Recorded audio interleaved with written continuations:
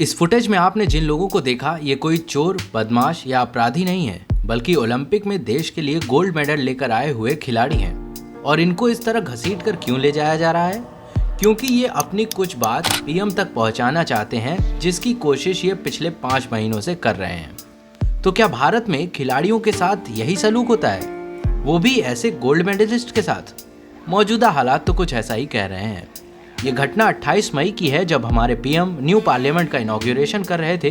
तभी इन खिलाड़ियों ने पीएम से मिलने के लिए एक और असफल प्रयास किया और पुलिस बल ने इन्हें कुछ इस प्रकार से रोक दिया और पेपर में न्यूज छापी गई कि खिलाड़ियों का आंदोलन बंद हो गया है।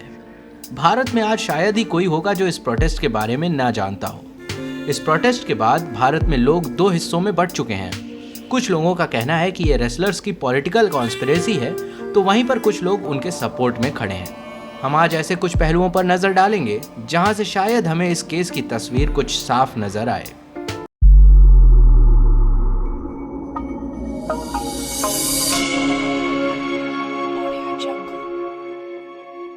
सबसे पहला पहलू है, आखिर फिर से प्रोटेस्ट की जरूरत क्यों पड़ गई? पहलवानों का प्रदर्शन जनवरी में 3 दिनों तक चला था। पहलवानों ने खेल मंत्री अनुराग ठाकुर के साथ बातचीत के बाद धरने को समाप्त किया था।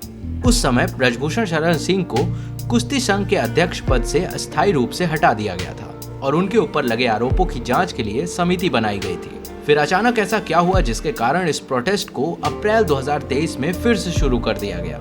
जांच समिति का गठन कर दिया गया था। जांच समिति ने अपनी रिपोर्ट भी तैयार कर ली, लेकिन उस बारे में धरने में शामिल हुए पहलवानों को नहीं बताया गया। इससे वह निराश हो गए और अब फिर से जंतर मंतर पर पहुंच गए। उनका कहना था कि उनकी सुनवाई अब तक नहीं हो रही है, इसीलिए उन्हें फिर से धरने पर बैठना पड़ रहा है। दूसरा पहलू, ये जंग है किसके खिलाफ?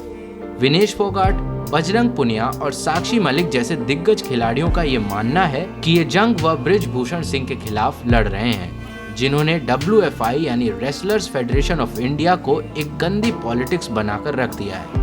उन्होंने खिलाड़ियों का मानसिक शोषण तो किया ही है, पर कई सारी महिला खिलाड़ियों के साथ यौन शोषण भी किया है। साक्षी और विनेश सम्मिलित 7 महिला खिलाड़ियों ने उनके खिलाफ FIR दर्ज की है, पर बाकी महिला खिलाड़ियों की आइडेंटिटी को गुप्त रखा गया है। सुप्रीम कोर्ट के आदेश के अनुसार उनकी जानकारी को मिटा दिया जाएगा because of their safety issues.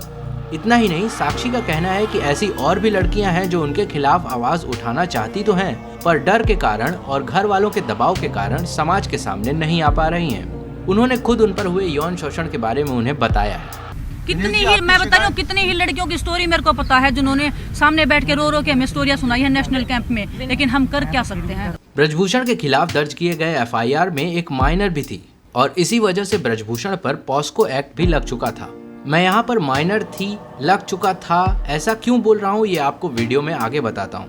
लेकिन उससे पहले साक्षी और विनेश का ये भी कहना है कि कई बार ये युवा महिला खिलाड़ी अपने साथ एक रूम में रहती थी, क्योंकि उन्हें डर लगता था कि कहीं उनको अकेला देखकर उन्हें ब्रजभूषण कमरे में ना बुला लें। कई बार वो खाना खाने भी अकेली नहीं जा पाती थी। आइए अब जानते हैं कि इसका सबसे महत्वपूर्ण पहलू कि आखिर ब्रजभूषण सिंह कौन है। ब्रजभूषण सिंह के बारे में जानने से पहले इस क्लिप को सुनिए। मैंने ये कहा था कि मेरे हाथ से एक हत्या हुई, बस एक हत्या मेरे हाथ से, वो भी क्रॉस फायरिंग में। उसी समय की गोली यहाँ पर है, उसी समय की गोली यहाँ पर है, उसी समय की गोली यहाँ पर है, उसी समय की गोली यहाँ पर है। ब्रजभूषण सिंह की गिनती दबंग नेताओं में होती है। वे उत्तर प्रदेश के गोंडा के रहने वाले हैं और कैसरगंज लोकसभा निर्वाचन क्षेत्र से भारतीय जनता पार्टी के सांसद हैं। 1991 में पहली बार लोकसभा के लिए चुने जाने वाले ब्रजभूषण सिंह 1999, 2004, 2009, 2014 और 2019 में भी लोकसभा के लिए चुने गए थे। कुल मिलाकर वह 6 बार लोकसभा के लिए चुने गए और आज तक वो कभी भी नहीं हारे। उनका ये भी मानना है कि उन्हें किसी पार्टी की जरूरत नहीं है, बल्कि पार्टियों को उनकी जरूरत है। गोंडा के लोग किसी भी पार्टी को नहीं बल्कि ब्रजभूषण सिंह को देखकर वोट करते हैं। ब्रजभूषण सिंह 2011 से ही कुश्ती महासंघ के अध्यक्ष भी हैं। 2019 में वे कुश्ती महासंघ के तीसरी बार अध्यक्ष चुने गए थे। बाद के वर्षों में ब्रजभूषण सिंह का प्रभुत्व गोंडा के साथ साथ बलरामपुर, अयोध्या और आसपास के जिलों में बढ़ता गया। ब्रजभूषण शरण सिंह के बेटे प्रतीक भूषण भी राजनीति में है। प्रतीक गोंडा से बीजेपी के विधायक हैं। हालांकि ब्रजभूषण सिंह पर अतीत में हत्या, आगजनी और तोड़फोड़ करने जैसे आरोप भी लग चुके हैं। पिछले दिनों झारखंड में अंडर-19 नेशनल कुश्ती चैंपियनशिप के दौरान एक रेसलर को उन्होंने मंच पर ही थप्पड़ मार दिया था। और हाल ही में उनके ऊपर लगे आरोपों की जब बात की जाती है तो वो लाइव डिबेट छोड़कर चले जाते हैं और कैमरा बंद करने को कहते हैं। ओलंपियन होने से आपको ये सर्टिफिकेट नहीं मिल जाता कि आप झूठ नहीं बोलते। ठीक है, तो आप कहिए कि वो झूठ बोल रही हैं। ये कहने से मैं कहां रोक रहा हूं आपको? ब्रिजभूषण जी, इससे क्या फायदा है? अब छोड़ो, हम नॉर्मल हो गया ना आपका, चलिए। ब्रिजभूषण जी, इस पर नाराज होने वाली क्या बात है? ये कैमरा बंद करिए। आप एफिडेविट आप कोर्ट करें तो ठीक है, हम एफिडेविट कोर्ट कर रहे हैं तो क्या दिक्कत है इसमें? ब्रिजभूषण जी बंद कर जाइए। ब्रिजभूषण जी, किस बात पर उखड़ रहे हैं आप? किस बात पर उखड़ रहे हैं आप ब्रिजभूषण जी?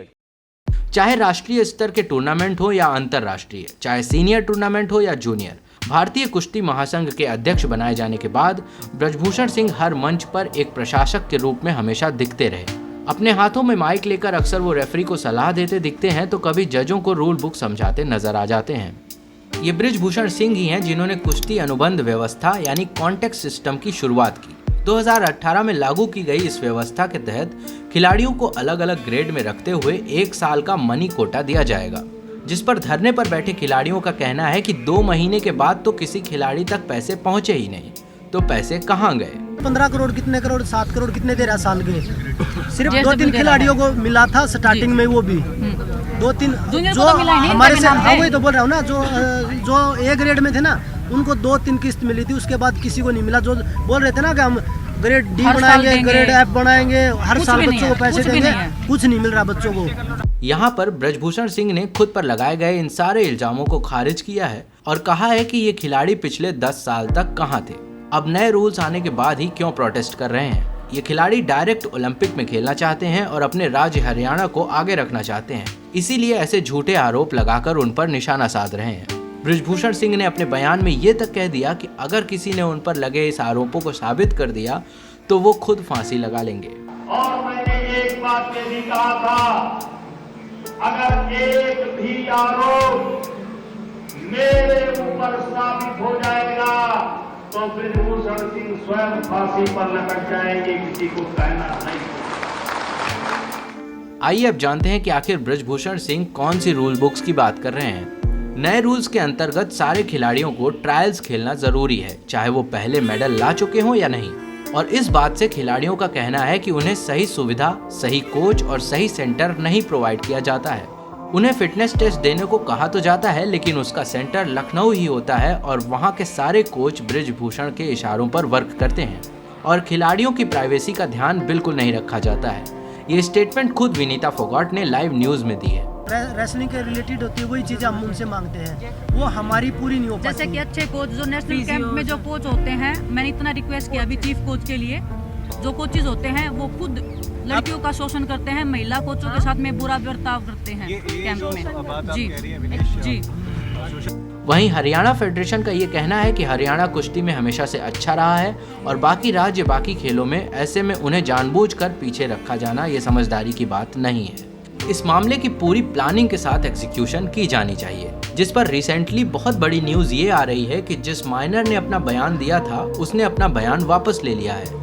रही बात बाकी एफआईआर दर्ज कराने वालों की, तो ऐसे बाहुबली नेता के डर से, अपने करियर के खतरे से और यहाँ तक कि अपनी जान के खतरे से भी खिलाड़ी सामने नहीं आ रहे थे। लेकिन फिर 8 खिलाड़ी रिपोर्ट दर्ज कराते हैं, जिसमें से एक माइनर बताई जा रही है, लेकिन उनकी आइडेंटिटीज को गुप्त रखा गया है।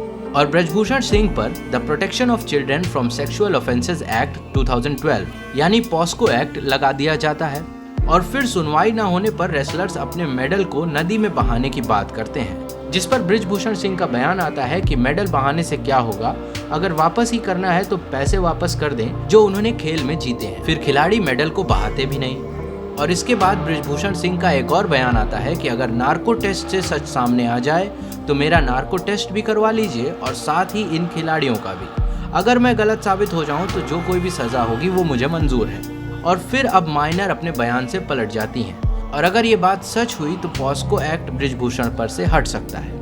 हैरानी की बात यह है कि हर बार की तरह एक बार फिर से इंडिया में पॉलिटिक्स ही हर चीज़ों पर हावी होता नजर आ रहा है। जहां एक और हमारे खिलाड़ी अपने खून पसीने से लाया हुआ, अपने देश के लिए लाया हुआ ओलंपिक मेडल नदी में बहाने की बात करते हैं, वहीं पर बड़े बड़े दिग्गज खिलाड़ी, एक्टर या बिजनेसमैन की तरफ से कोई भी ट्वीट, सहानुभूति या प्रतिक्रिया नहीं आ रही है। पिछले 5 महीनों से उठाई जा रही ये आवाज अभी तक टॉप मैनेजमेंट के कानों तक क्यों नहीं पहुंच पा रही है, या फिर इन बातों को सुनकर भी अनसुना किया जा रहा है? क्योंकि खिलाड़ी तो आएंगे और जाएंगे, लेकिन सरकार को सरकार बनाए रखने के लिए दिग्गज नेताओं की जरूरत है। लेटेस्ट न्यूज के अकॉर्डिंग अमित शाह जी ने खुद खिलाड़ियों को सहानुभूति देते हुए कहा है कि 15 जून तक वे किसी न किसी नतीजे पर जरूर पहुंच जाएंगे, जिसके बाद से खिलाड़ियों ने धरना छोड़कर अपनी रेलवे की नौकरी ज्वाइन कर ली है। ये मामला बिल्कुल किसी पेंडुलम की तरह कभी एक पक्ष तो कभी दूसरे पक्ष की ओर झूल रहा है। क्या हमारे समाज में पॉलिटिक्स सिर्फ कुछ धर्मों के झगड़े तक सिमट कर रहनी चाहिए, या कुछ ऐसे सामाजिक मुद्दों पर भी गौर किया जाना चाहिए? क्या एक ऐसे व्यक्ति का राजनीति में होना लाजमी है जिनके खिलाफ 40 से ज्यादा क्रिमिनल केस हैं? क्या आप सच्चाई तक जाना नहीं चाहते? और अगर बृजभूषण सिंह बेकसूर साबित हो जाते हैं तो इन खिलाड़ियों के रचे इस प्रपंच की क्या सजा होनी चाहिए, जिसकी वजह से हमारे अन्य नए खिलाड़ियों की प्रैक्टिस पिछले 5 महीने से रुकी हुई है? सोचिए जरा इस बारे में, क्योंकि आज नहीं सोचा तो कभी नहीं सोच पाएंगे। जय हिंद।